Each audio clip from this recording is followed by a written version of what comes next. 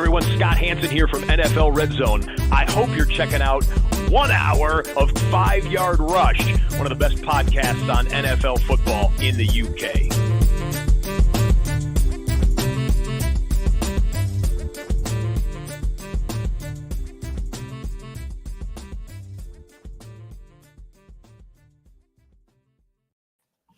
Hello, Rush Nation, and welcome to the 5 Yard Dynasty podcast. I am your host, as always, Liam, or at the FSA Tweets on Twitter. Now, before we dive into the second episode in our Sophomore Scrutiny series, I'm going to hand it over to Rich. So, first of all, Rich, how are you doing? And I know that you have a plug that you want to do at the start, not the end of the episode. So first of all, how are you doing? Second of all, plug away. Yeah, I'm very good, thank you. I thought I wasn't going to get an introduction then. It was just going to just move swiftly into the pod. I'm very good, thank you very much. So just I mentioned it right at the end of last week's pod. I think most people probably switched off because we'd started waffling. But yeah, I just want to say, as I said last week, I've launched it's not a listener league, it's more of a dynasty league just for listeners. So we've got 5 people in at the moment, hoping to make it a 16-teamer. So if you're interested, will be a free league with a little prize for the winner. So yeah, please drop me a DM, whether that be on Twitter or Twitter. None of you have got my mobile number, I hope. And then we'll get you added. Into the show, Liam. Does that mean that I'm special because I've got your phone number? Well, you've got one phone number. You've not got my important phone number. Sound like a drug dealer there, mate. Yeah, drug dealer. Yeah. Anyway, mate, let's start talking about you being a drug dealer and your alternate life, because I'm sure this is separate from your personal. And let's dive straight into the Sophomore Scrutiny series. Last week, we did the quarterbacks and the tight ends from the 2021 class. This week, surprise, we're going to the running back position. Who'd have thought? Who'd have guessed? Such a surprise. You can all put your shocked faces away now. And Rich, we'll dive straight into it. Let's go Nargie Harris. First running back off the board. The only first round running back from last year's class. Oh, no. I've just noticed the other name. 2. So he's one of the 2 running backs that were taken in the first round last year. And he was arguably the running back 1 or running back 2, or if someone was feeling a bit spicy, the running back 3 in this class for fantasy purposes.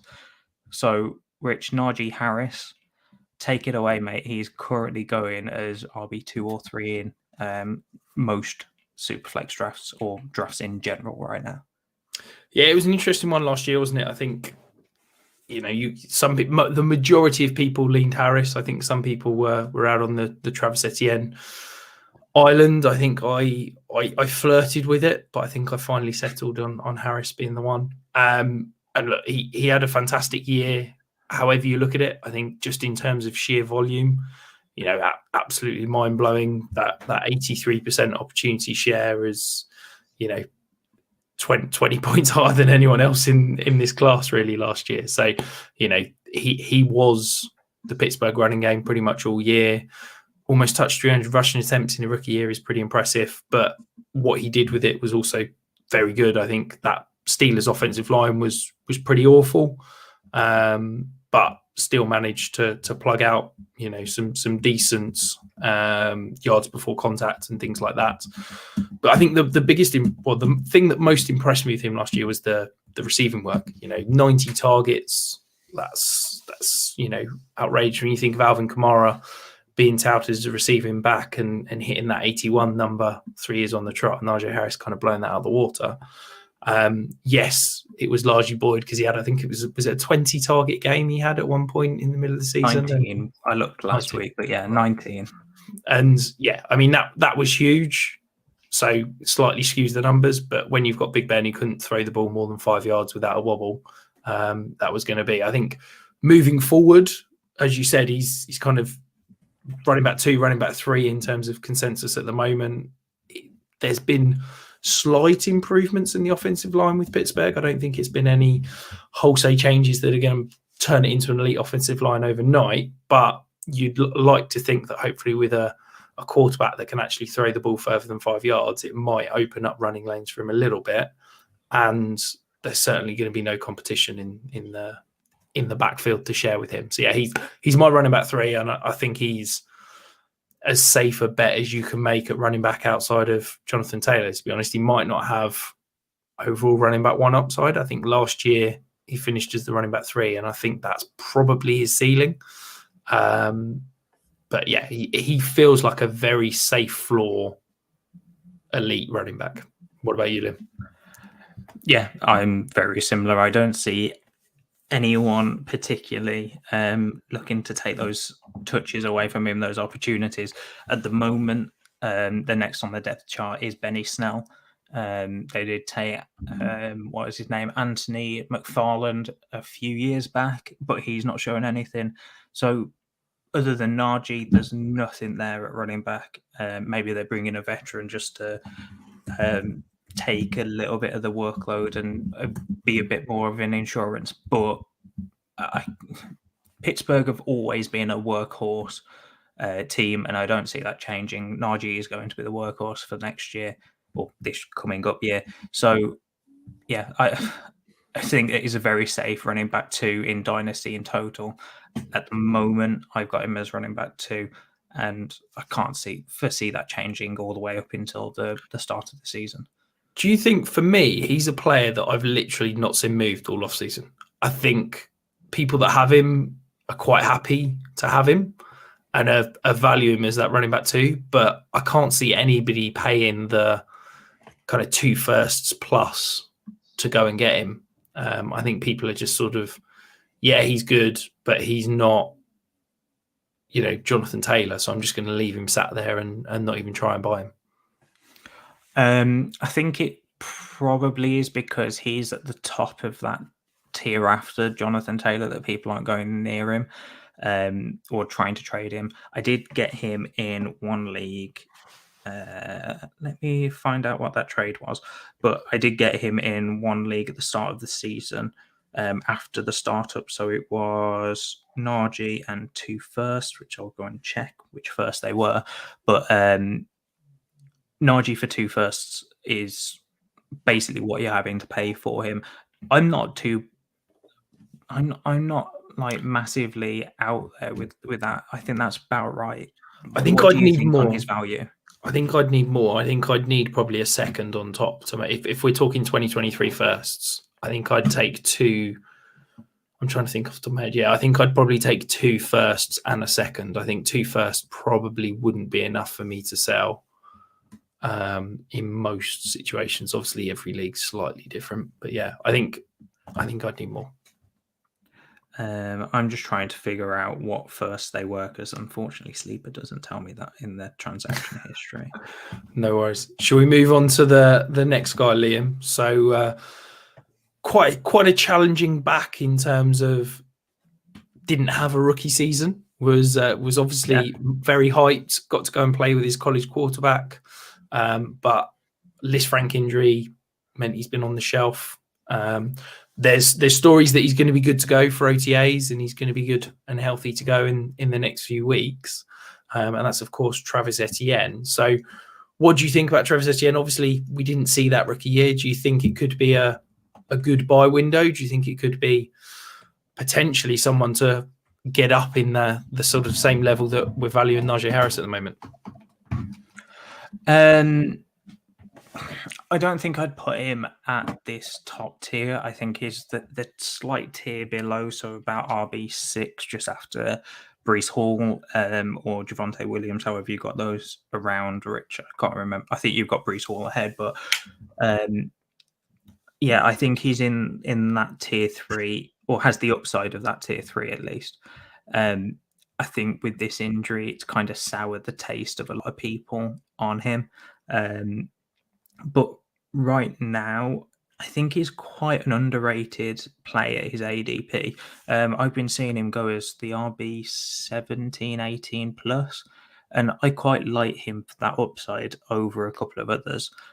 For example, and this is probably going to get me absolutely slaughtered on Twitter. But J.K. Dobbins, I would take Etienne over Dobbins at the moment just because of that. Like, it sounds weird, but because of that unknown, I think with Dobbins, you've got a lot of backfield, not controversy, but a lot of threats in that opportunity share. Whereas Etienne has Robinson, which yes, Lawrence wanted Robinson on the field more, but that was because he was getting Carlos Hyde on the field over Robinson. It's not because Robinson is an absolute next world back. I think with Etienne as well being with the quarterback of his college career, then that's going to help him even more. And as we said last week with Lawrence, that whole situation was awful for the Jaguars team. And with Doug Peterson, I'm more inclined to see an uptick in that entire offense, and that's going to benefit Etienne. My one concern with Etienne is Doug Peterson has shown that he prefers a more committee approach at the running back position, and they have a volume running back in terms of James Robinson. And does that mean that James Robinson is going to take more than we expect from him, or more than we expect in terms of that backfield? I don't know, but I really like Etienne's upside for where he's being drafted right now. Where are you standing on Etienne, especially at ADP, Rich? Yeah, so I think I was a big Etienne believer last year. I think, with my running backs, I love that movable piece aspect. I love the receiving game usage, and he is that. He's not a guy that's, just going to line up in the backfield and be a 2-down back and you forget about him. I think had he been in this year's class, he'd have probably been my 102. I certainly would have had him over Kenneth Walker as a prospect. I think the fact now we've lost a year of that rookie contract and he's obviously not done anything for a year, I'd now have Kenneth Walker above him. But I think he is still an elite prospect. I think he is still, an explosive athlete that can take the ball to the house anywhere on the field, quite frankly. And I think that he's going to be utilised in an offense that will line him up all over the field. I think we are going to see him, not used huge amounts as a wide receiver. This isn't JD McKissick, but I wouldn't be shocked if he had a, 10-15% snap share out as a wide receiver, used out of that slot and that kind of thing. And that to me is exciting. And I think it hints at a potential, high upside. He's my RB16. I've got him in the same tier as J.K. Dobbins, Cam Akers, Antonio Gibson. To me, this is kind of I don't really know what to do with them tier as running backs. Of above them, I've got 14 guys that I feel pretty confident are going to produce, solid numbers as a kind of RB1 or fringe RB1. And then Dobbins, Etienne, Akers, Gibson. I could see all of them finishing as a, potential top 5 back next year, but I could equally see all of them not finishing as a top 24 back. So I think it's kind of what's your flavour, to steal a Craig David song that you're probably too young to even know what I'm talking about. But I think when you get to this point in the draft, as you said, you're looking at J.K. Dobbins, Travis Etienne, Cam Akers, Antonio Gibson, and it's a risk reward whichever way you go. And probably we'll sit here in a year's time and 2 of them will be studs and 2 of them will look completely disappointed. And I'll be honest, I hold my hands up and say I don't have a clue which 2 it's going to be. So hang on. I think. Sorry, I was just going to say let's just stick on a point there quickly. You're telling me you have no idea what Craig David, what your flavour is? If I say yes, am I going to get absolutely slaughtered? No. I expect you to know. So have you heard of that song? Right. Let's put it this way. You could name a song that I listened to in my childhood on repeat, and I probably wouldn't know the name of it because I'm absolutely awful with song names and song lyrics. Song artists. However, I'm actually pretty good when I know the lyrics. I just don't ever pay attention to a song name or a song artist because I like the song. I don't really need to know who sung it or what it's called. So I don't know it by name. However, if we were to have played it on the stream, then I'm pretty sure I'd have been all right and probably would have known it. I mean, yeah, that's pretty much the lyrics in terms of it's Craig David and he sings, "What's your flavour? Tell me what's your flavour." Can we get a live rendition? No, that's as much as you're getting. So yeah, the So- fact you didn't know it, we'll move on. Okay. I was going to move us on anyway. So just coming back to the point on Etienne, I think with all of that tier, I think you can see them go in, or the range of outcomes is kind of like a CEH at the moment, where Clyde Edwards-Helaire is basically not valued at all in the Dynasty community, and that's in part his high expectations going into his rookie year not coming through, as well as having an injury last year and having Darrell Williams take over a lot of that workload, because by the looks of it, Clyde Edwards-Helaire wasn't healthy coming back from that injury. But I can see all of them drop into that sort of value in this tier.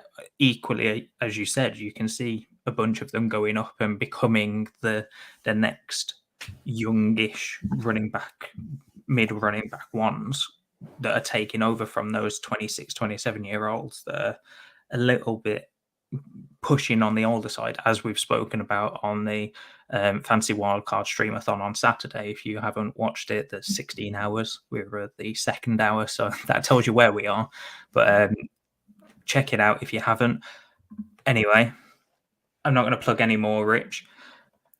Third running back on our list, third taken, it was in the second round, and it was Javonte Williams. Now, he was my running back 2. I know a guy in one of my leagues that had him running back 1. He was extremely high on him, and called him Javonte Bay, who is extremely high on Javonte Williams. I wasn't as high, but I really liked him, and I thought him and Nargie Harris were closer than people thought. And his value, Javonte Williams' value, has skyrocketed. And I don't think that was necessarily... I don't think the Melvin Gordon expectancy to be signed was really brought into that at the start of this offseason.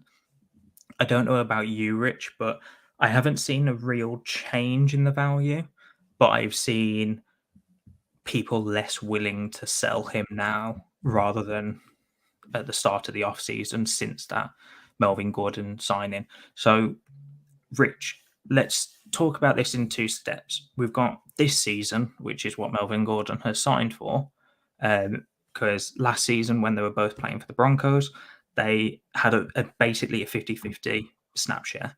That the Broncos were extremely good at keeping that 50-50 snap share.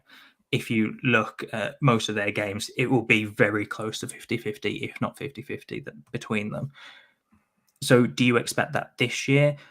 Do you expect anything else from Javonte now that they've got an upgrade at quarterback? And then the second part to that question is, what do you see for the future? Maybe when Melvin Gordon has gone, do you see him always being in a 1A, 1B situation like he is for the first 2 years of his career? Or do you expect him to take a workhorse role or have someone small coming back in, kind of like a Nargie Harris style situation anyway? Yeah, I really like Javonte Williams, the player. I think he's a fantastic back. I think he's got the potential to be incredible. But I think the hype got a little bit too far. This is a guy that some people were holding up as the RB2 in terms of Dynasty, yet only finished as the RB24 in terms of points per game last year. And yes, I get that he was sharing a backfield with Melvin Gordon, but he still had a 50% opportunity share. Let's not pretend that that's tiny. Most elite fantasy backs will be around that 60 to 70%. Like, he wasn't miles away. I'm a little bit concerned that Melvin Gordon is back. I think, to me, that shows that Denver want him to be part of a 1A, 1B. Yes, I think he'll probably tip towards more that sort of 60% opportunity share, with Melvin Gordon taking a slightly reduced role. But I think the price, you've probably missed your sell window, but the price got crazy high 2 months ago. I don't hate him. He's still my RB6 in terms of where I got him ranked. I think he's got the potential to be a league winner, and he's the young guy that I've got ahead of the Dalvin Cook, Alvin Kamara, Nick Chubb, Joe Mixon, Derrick Henry tier because of that youth piece. And I think he could be fantastic. But I am a little bit concerned that he's only ever going to be a 1A and never just be a true 1, if that makes sense. Yeah. So I think for this year, you're probably looking for a little bit more. Like you said, probably a 60% target share and therefore more points. But you're probably looking at mid running back 1 range, running back 2 range. Is that what you're thinking for fantasy points wise? Yeah. I think I'd project him to be a fringe RB1 this year. Because that sort of 8 to 15 range is always basically if you play 17 games and you're semi-decent, you settle in there. So I reckon that's where he'll probably settle in this year. And I think that hopefully next year he can kick on from that. But I think if you're expecting him to be a top 5 back over certainly this season, maybe even into next season, I think you probably need to cool the jets a little bit there. He's in an offense that, let's not forget, has added Russell Wilson and has got, an incredible set of weapons. When you look at Sutton, Judy, Hamler, Albert O, that Tim Patrick, like it's a very good receiving core. So this isn't going to be a team that's going to run the ball 30, 35 times a game.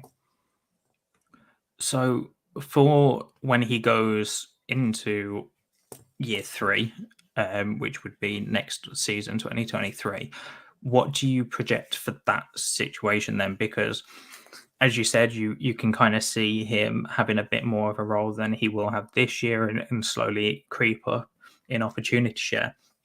But the one game where he had a 78% snap share, which is the only game he had over 60% snaps, he scored 29.8 fantasy points. And that is with nine targets, 100 yards rushing, 76 on the ground, and a touchdown.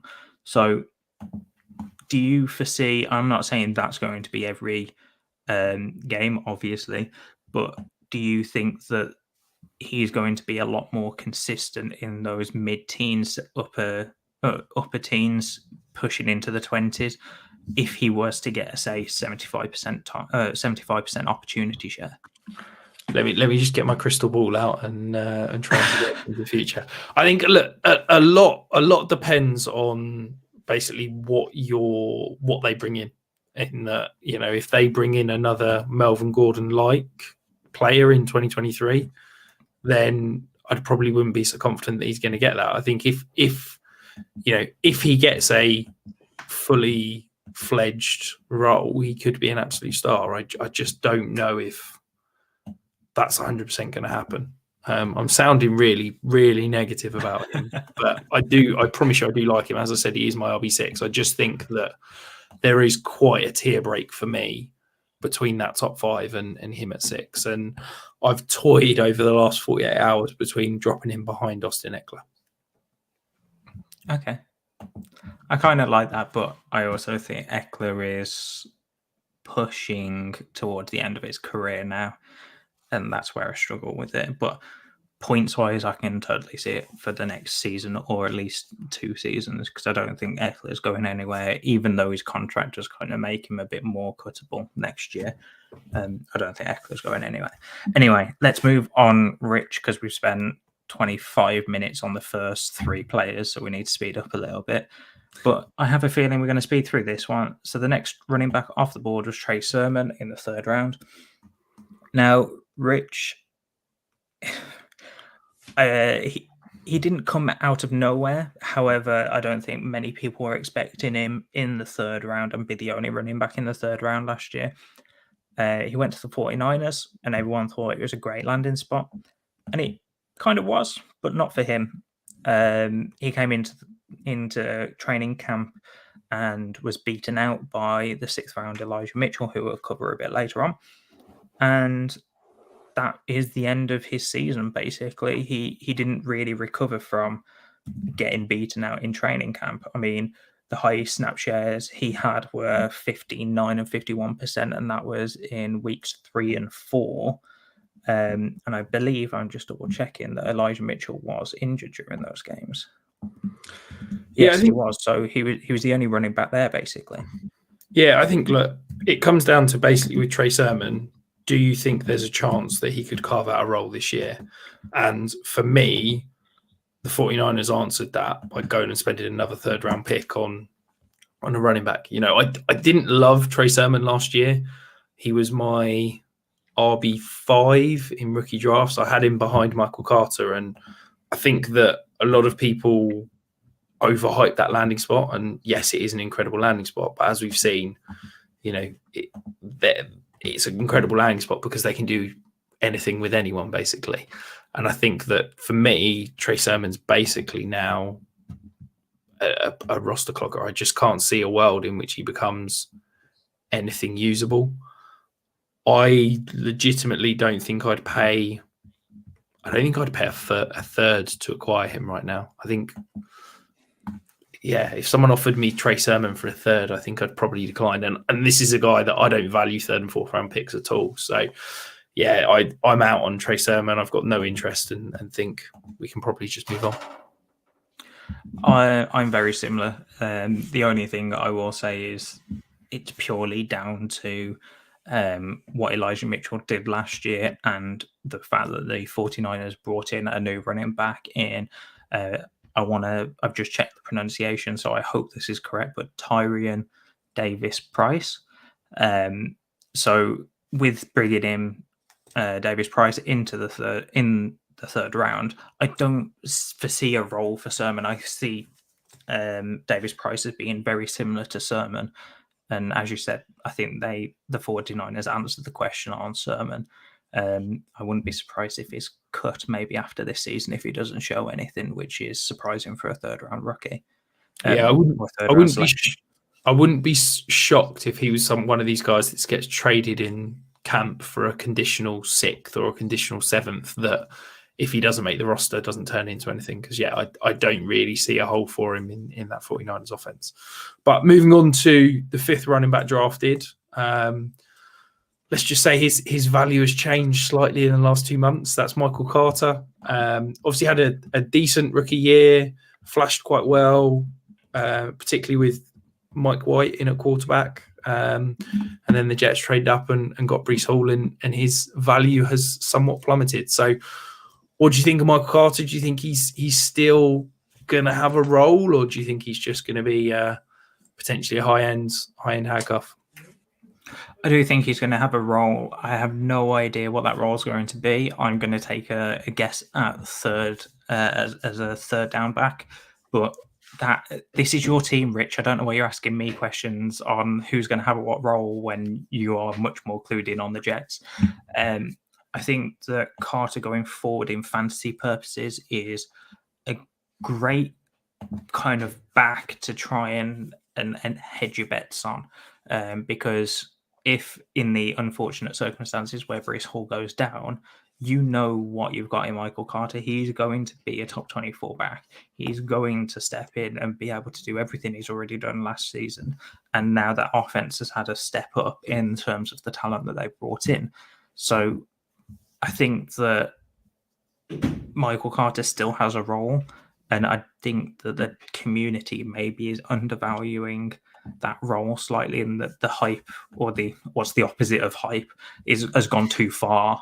The hate, I suppose, has gone too far on Michael Carter. But Rich, I know you're dying to talk about him because you get to talk about Breece Hall. So take it away, mate. I think that for me, I'm the kind of opposite of you. I think that his value is still too high. I think that people are holding out hope that he's going to carve out a third down role.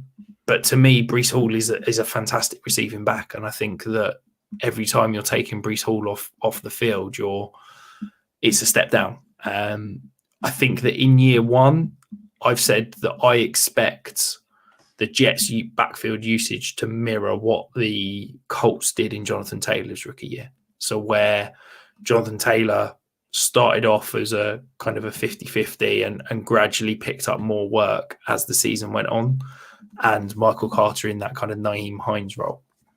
Now, I like Michael Carter, the player, but this is always the risk of a day 3 running back that is undersized, that's always going to have the chance for somebody to come in and kind of usurp him. I think for me, I'd basically value Michael Carter now as a younger Alexander Madison. I think he is going to be an elite handcuff. I think he's an elite backup, but I don't think he's going to have a huge amount of standalone value. I don't think he's going to be like a Kareem Hunt that you can still start on a weekly basis, or a James White on the hope that they get 6 or 7 targets. I think for me, Michael Carter's going to be, one week he might get 5 or 6 targets and six or 7 rushing attempts and finish it with a good week. But I then wouldn't be shocked if the following week he had 2 and 2 and put up a donut in terms of fantasy points. So yeah, I'm concerned.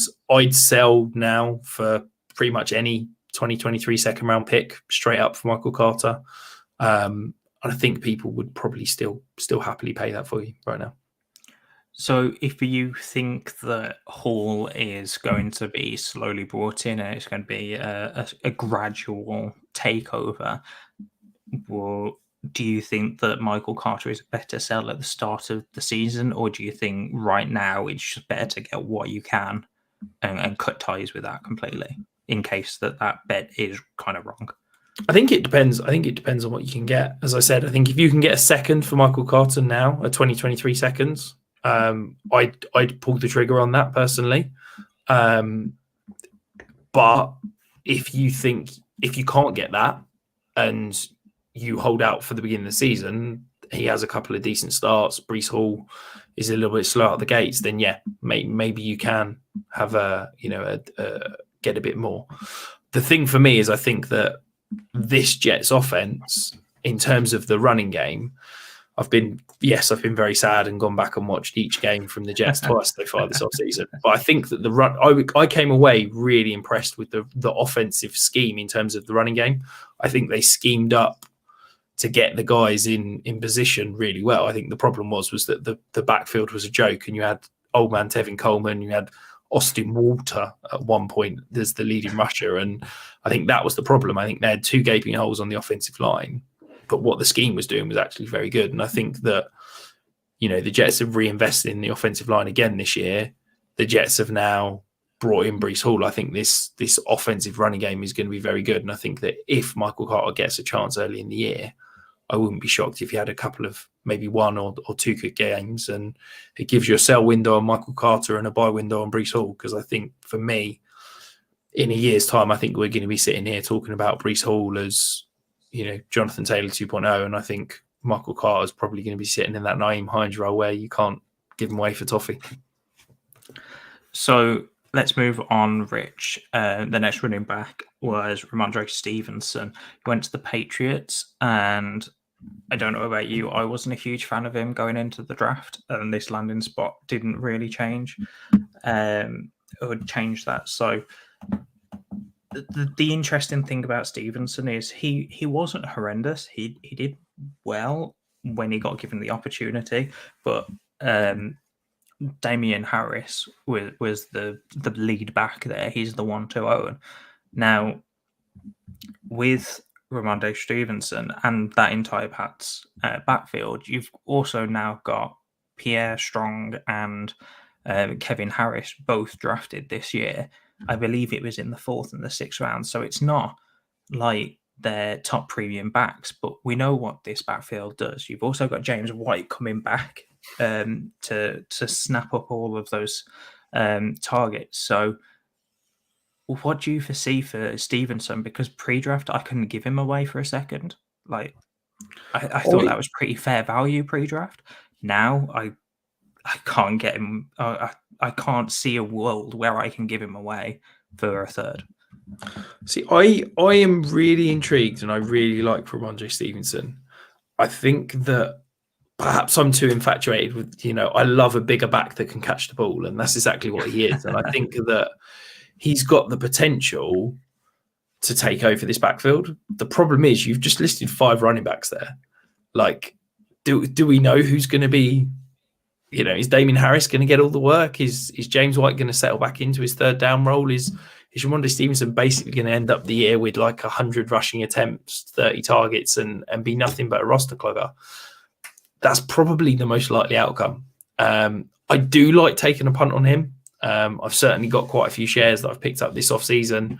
I'd happily pay anything less than a second. I've picked him up for 2/3 in a couple of places. I've picked him up for a third and KJ Hamler. Like I quite like taking a punt on him just because I think that the running game is always going to be important in that Mac Jones-led offense. And I think that Rhamondre Stevenson is kind of a Damien Harris injury away from potentially being a league winner. So I'm happy taking a punt on him. He's basically, to me, in that same high-end backup tier, though. So he's in the same tier as, Michael Carter, Tony Pollard, Alexander Madison, those kind of guys that you're basically an injury away from real fantasy success. But as I said, he's young, he's big, he can catch the ball, so I'm worth taking a flyer on him. See, as I said, I tried selling him before the draft. I've tried selling him after the draft. I can't get anywhere with it. I think for the price that you're buying, I'm holding everywhere. Needs to be in more leagues with me, Liam. I'd happily buy him off you for less than a second.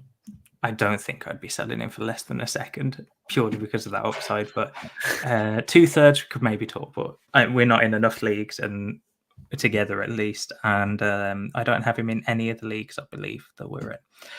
So let's move on, Rich. You've got Chuba Hubbard next. Now, this one,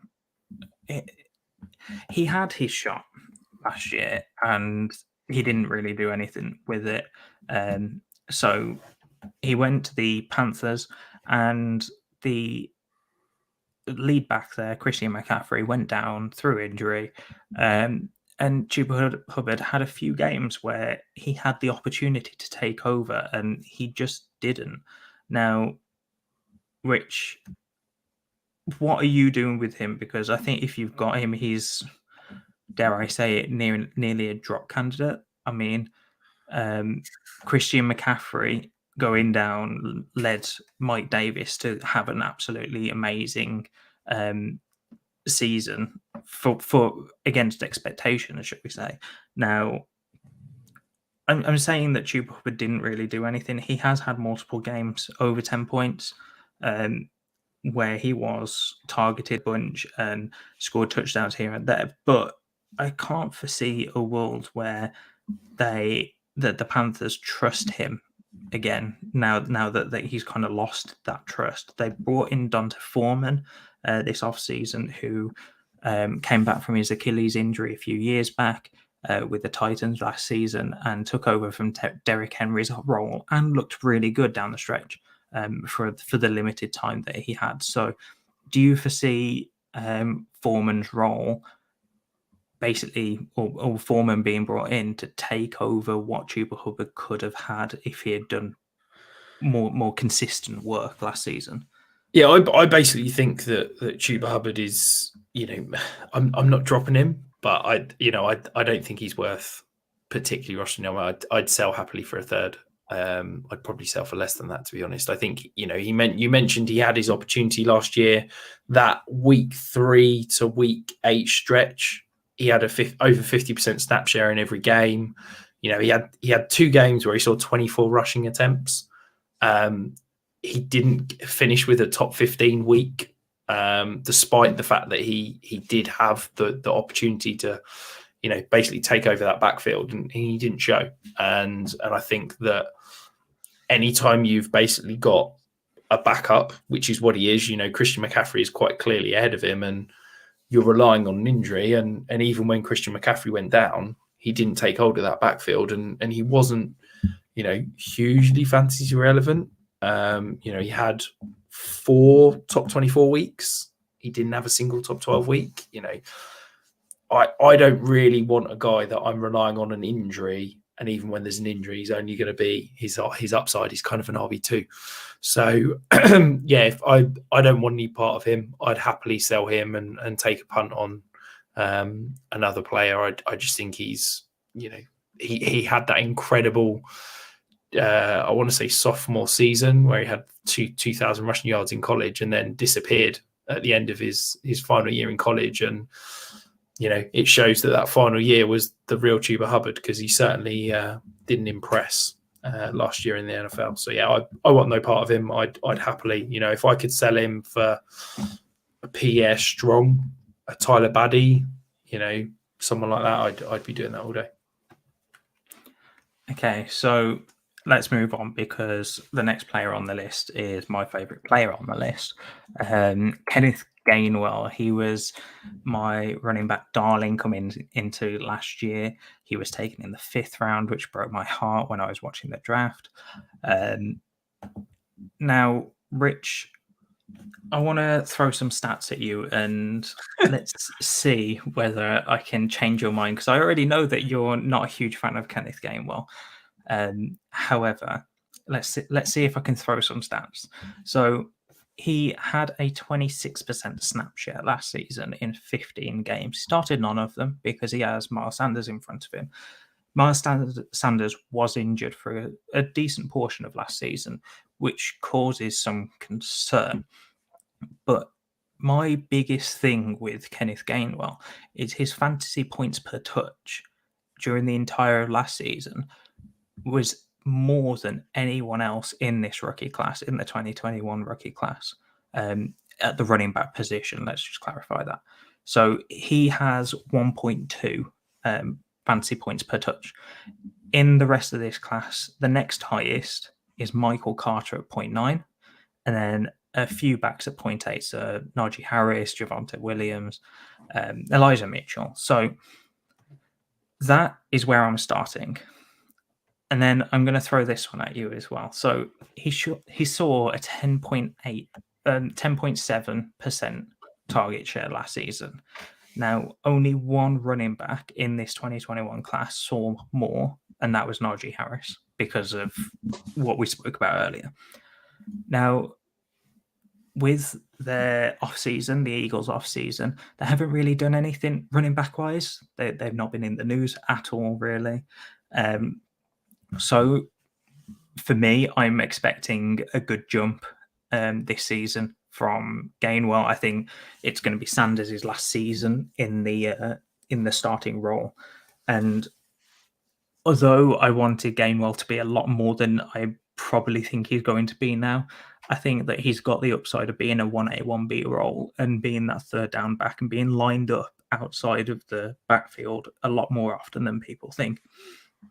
But to give clarification to the listeners, last season, he didn't do very well at all. He ended the season as the PPR running back 42. He only had 5 games over 10 points, 10 fantasy points in PPR, and they all came from when he scored a touchdown. So, Rich, I've thrown a lot of stats at you. From your face, take it away with why I am way too high on Gainwell, even coming into this season, when you can probably get him in the 13th, 14th round, maybe. I haven't got the ADP in front of me right now. I just don't know what potential upside you're hoping for. I think that the best case scenario for Kenny Gainwell is that he is a good complementary back. And I don't think he is ever going to be more than that. We have already talked so far this episode about what happened with Michael Carter as a day 3 running back that isn't equipped to have a full 3-down role and has been replaced within a year. Yes, the Eagles have got Miles Sanders, but I wouldn't be shocked if he moves on, if they come in and bring somebody in to usurp both of them next year. And I just don't know if Kenny Gainwell's ever going to be anything more than a complementary piece. yes, he'll absolutely have some flash weeks where he'll catch 6 or 7 passes, a touchdown, and put up a really nice fantasy week. But I don't think he's ever going to be someone that you can reliably start. And I think even if there was an injury to Miles Sanders, I can't foresee Kenny Gainwell being that huge feature back.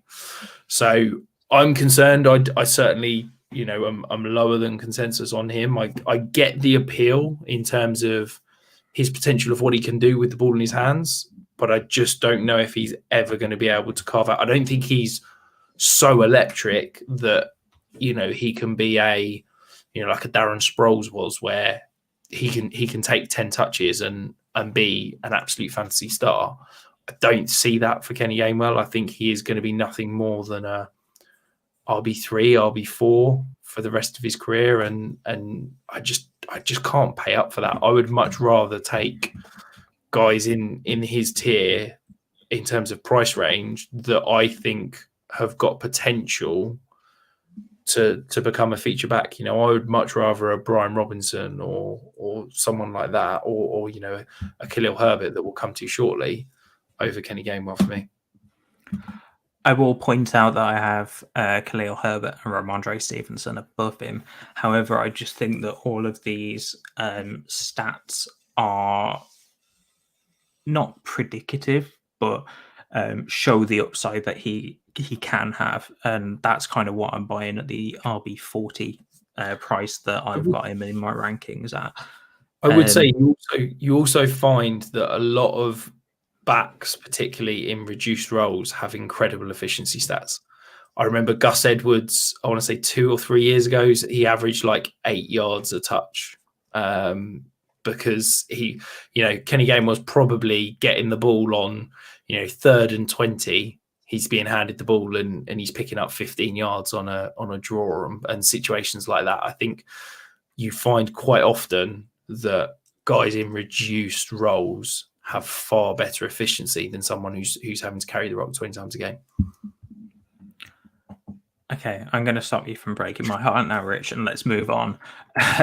So the next one on our list is the biggest surprise from this draft, and that's Elijah Mitchell. We've spoken about him briefly in a couple of other players' talks, but Elijah Mitchell came basically out of nowhere. I mean, there was a guy that I was targeting in the 4th round of rookie drafts last year because I liked his profile and he went to a decent landing spot.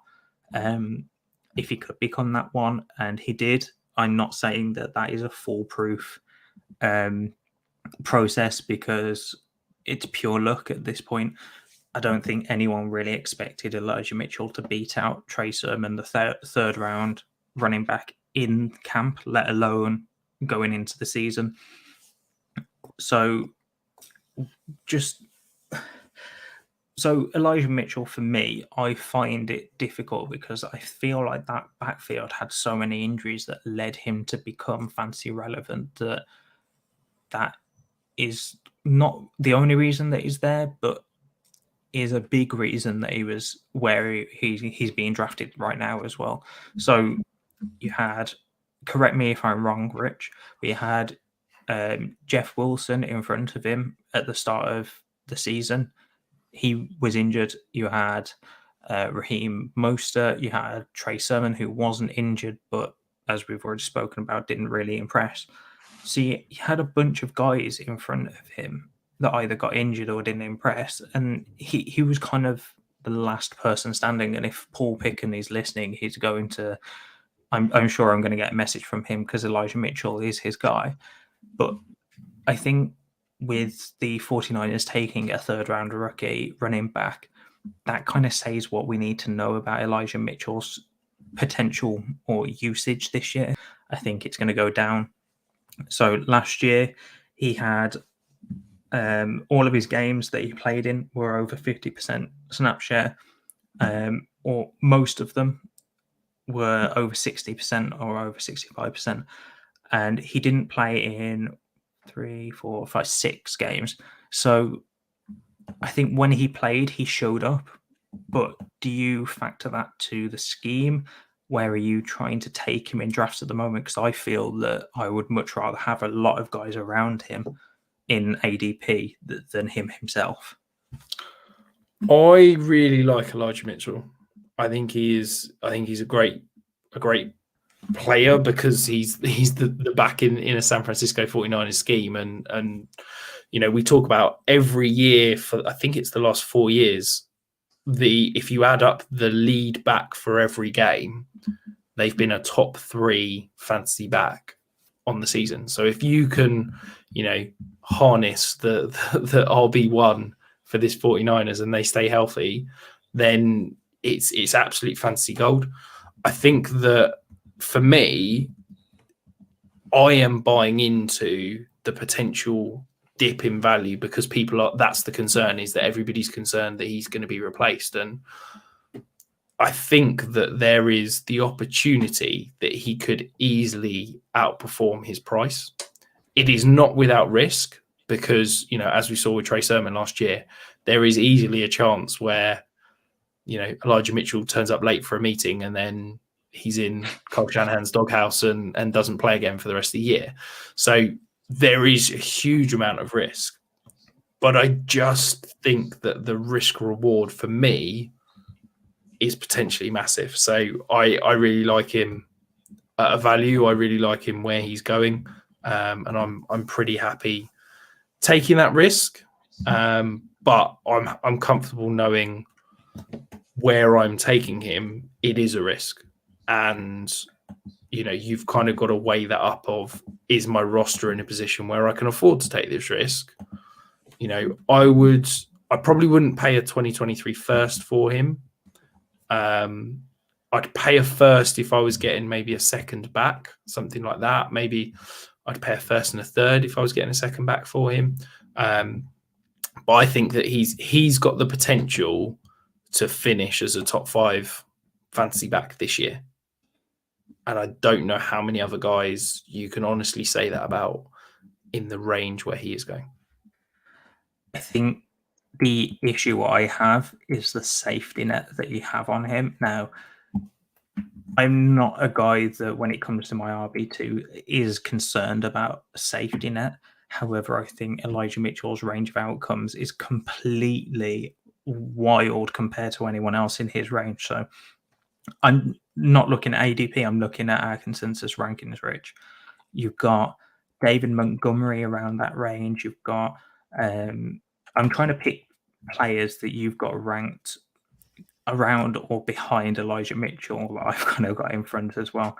So Josh Jacobs is one, but I would much prefer over Elijah Mitchell just because of the wide variety of outcomes. And as you said, you're basically betting or hedging your bets that Elijah Mitchell is going to be the running back 1 in that backfield, and I don't think he is going to be that for a good portion of this season. Which for a running back 2 in there, what basically when you're trying to build your roster, he's going in that RB2. Maybe you get him as an RB3, but he's going in that range, and that's kind of what you want. I would much rather take a, dare I say, James Conner or Leonard Fournette, because I just feel like their upsides, even though they're older, I feel like they're all very similar situations in that they could all be running back top 6, maybe top 3 running backs any given week. But I feel like their safety nets are a lot higher than Elijah Mitchell. Yeah, I completely get it. I think it depends a lot where your roster is at. I think for me, Elijah Mitchell is the perfect guy to go and target if you're, in that retooling category. If you're perhaps got an aging roster that kind of needs to win now, but you're not an absolute contender, maybe you need to go and take a punt on someone like Elijah Mitchell that's got that elite upside that can be that riskier play that could, the reward could be huge. But if it doesn't turn out, then you're just in a rebuild scenario. So I like the risk, I like the price, but you've got to go into it knowing the potential risk.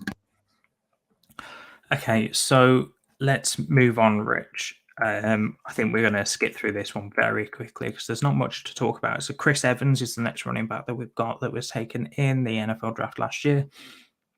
Now, he didn't really do anything all the way through the year. Probably taken as a 4th round rookie pick, if not a 5th round, or going undrafted, depending on how long your rookie drafts were. He had the max of 7 rushing attempts. He only had only recorded a rushing attempt in 4 games last season, Rich. He was more of a pass catching back, but that is loosely used. He eclipsed 3 targets just once at 5. He had 3 targets once and then a couple of 2s and a few 1s in there as well. So, Rich, I don't foresee Chris Evans being anything ever, unfortunately. That could come back to bite me. But the Bengals have shown that Samaje Perine is that number 2 backup role in case Mixon does go down. So I just don't foresee a future for Chris Evans in fantasy, at least. No, I mean, he flashed in a reduced role last year when I think Mixon got injured, or he partnered with Perine in that 1 or 2 game stretch.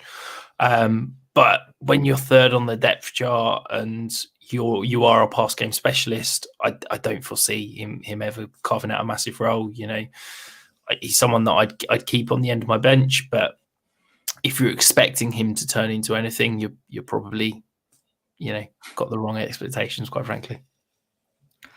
So that was short and sweet. That's probably the quickest player we've ever talked on in the history of the pod. Moving on to the very last guy that we've got on the list is Khalil Herbert. Now,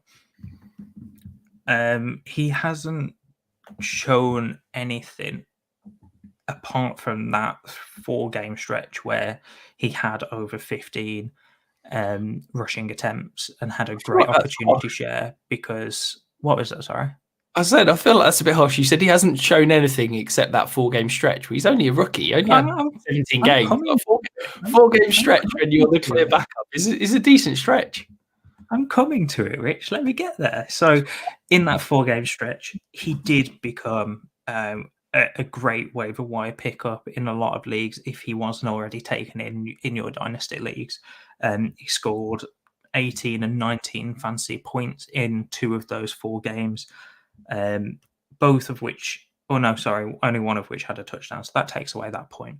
But in those games, he was extremely efficient on the ground, or extremely productive on the ground. Sorry, not efficient.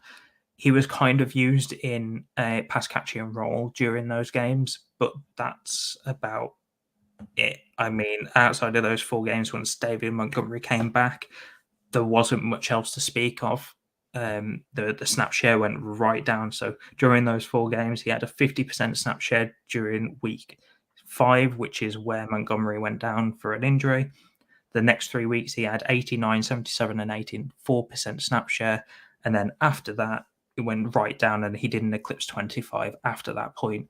So to me, he is a clear, great upside backup. And I think that's kind of what you're expecting from, or what you're hoping for from a 4th round rookie pick. But I think with Herbert, if you're expecting anything more, you may need to look at the stats again. I'm going to disagree in that I really like Khalil Herbert. I think that he showed enough in that 4-game stretch that I think he's going to be their lead running back next year. I think that we talked about this with Justin Fields, that the Bears are in a strange situation where, the previous regime had bet the future and kind of that last roll of the dice on Justin Fields to basically try and keep their jobs. They traded the 2022 first-round pick to move up to get Fields. That didn't work. The roster is in a complete shambles. They've got, huge amounts of dead caps that they're spending this year. And this regime has basically come in and said, we're not going to spend any more cap money. We're not going to kind of trade into this draft. We're going to start our rebuild from 2023. So David Montgomery is a free agent after this year. I think David Montgomery is gone. I do not foresee Chicago re-signing him. And I think that a team, when it's starting that rebuild outside of Seattle, I don't foresee them spending high draft capital at running back. I think running back is one of those pieces that you add in late. You know, you look at the Jets, they spent a day 3 pick on Michael Carter, and then they're a year further on, and then they go and add someone. So I think that Khalil Herbert, if you would say to me what his percentage chance that he's the RB1 in 2023, I personally would say greater than 50%. So wow. I think that Khalil Herbert is a sneaky buy that could give you some decent handcuff, decent backup now, that could potentially be I don't want to say the name because I feel like they're different players. I feel like it gets overhyped, but I feel like he could potentially have an Austin Eckler-like career where he sits away, toils away for the first 2 years on special teams and as a backup, and then he gets that opportunity. And I'm not comparing him to Austin Eckler because Austin Eckler was incredible in a reduced role where he was incredibly efficient in the passing game. That's not Khalil Herbert, but I think that Khalil Herbert could show some flashes again this year, and then 2023, that's where you're getting a dirt cheap, potentially RB2 for fantasy. So I'm not a huge fan of that take. However, that's the nicest thing you've ever said to me. I'm not a huge fan of the take. I can see him becoming like a 1A, 1B, but I can't foresee him doing much else outside of that. Yeah, I think that's all I've got to say on him, really. He's got great upside for when he gets the opportunity, but I really do think that his upside is going to be a more 1A, 1B role than probably the 1B in that style offense. Fair enough. That's just a projection. I don't have a crystal ball. That's it. Well, that's it. I've put my crystal ball away after we talked about Julie Williams, so I better go dig it out the cupboard. We'll leave it there. We'll agree to disagree. I won't basically repeat myself again. But look, it's a massive punt. But I think at the price you're having to pay, you know, I like the value play. Probably a third, maybe a third, and a player, maybe 2/3, something like that. I like the value play. Yeah. I like the idea of picking him up to then sell him on next year when David Montgomery hasn't been re-signed. And even if he has, you haven't really lost anything because his value isn't going to go down by so much that you're losing out on a third. I like that side of it. I just don't think that he's going to be a clear one. But Rich, before we sign off, there's one more player that I'm going to mention because he is a Packer, but I'm going to end it short and sweet because he has an injury and I don't want people to forget that we have... What was that? I kept him off because I didn't want to mention him. But yeah, go on. You can have some Packer love. I only want to mention him because I don't want people thinking that we haven't done our homework or we don't know our stuff. So Kylin Hill was a 7th round pick. He got injured on an awful... no one's fault, but awful play that was quite scary at the time. And he didn't really do anything in his rookie season because of that injury. He was kind of limited to special teams. I think going forward, I'm not expecting anything from him. If you've got him, he is one of Rich's roster cloggers. But yeah, he's got AJ Dillon, Aaron Jones in front of him. And I can see when Aaron Jones does go either next year or the year after, with the Packers taking a running back in the draft to replace Jones. So if you want to add anything, you are more than welcome to. I just wanted to make sure the listeners knew that we actually did know our stuff and we haven't just missed off a guy that was drafted. Well, we've missed off 7 guys because there was 18 running backs drafted last year. But I tried to only include the ones that I thought were interesting and relevant because let's be honest, people don't really need to hear us talk about Kylin Hill, do they? So, but I wanted some Packer love, especially with the T-shirt that I'm wearing. So you saw through my plan completely. Anyway, Rich, jam-packed show, completely over. We're about 5 minutes over, but that'll do. So the one thing we wanted to plug before we went was the UK FFC. If you are in the UK, me, Rich, Dan, the host of the flagship show, and Pitsy, one of the great writers, and I believe also edits for 5 Yard, have all banded together, and I'm sure you've heard us speak about it before, but banded together to create the first fancy expo style event in the UK.